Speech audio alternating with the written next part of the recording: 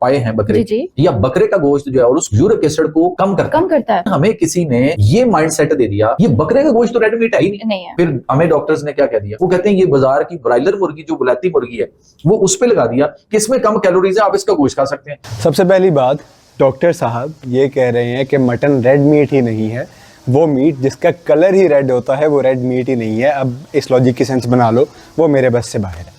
दूसरा ये कह रहे हैं कि क्योंकि ये रेड मीट नहीं है ये आपका यूरिक एसिड नहीं बढ़ाएगा।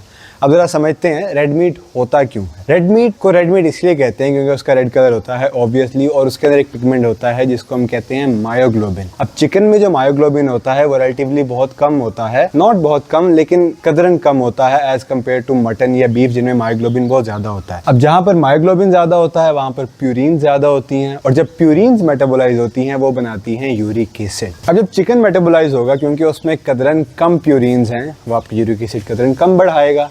और उसके अपोजिट जब आप मटन या बीफ खा रहे हैं उसमें ऑब्वियसली मायोग्लोबिन ज़्यादा है तो प्यूरिन्स भी ज़्यादा होंगी, तो आपका यूरिक एसिड भी बढ़ाएगा।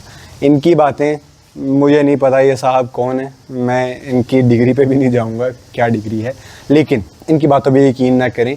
हमेशा लिसन टू योर डॉक्टर्स, वो आपको सिर्फ दवाइयाँ बेचने नहीं बैठे, वो वहाँ पर आपकी बेहतरी के लिए बैठे हैं।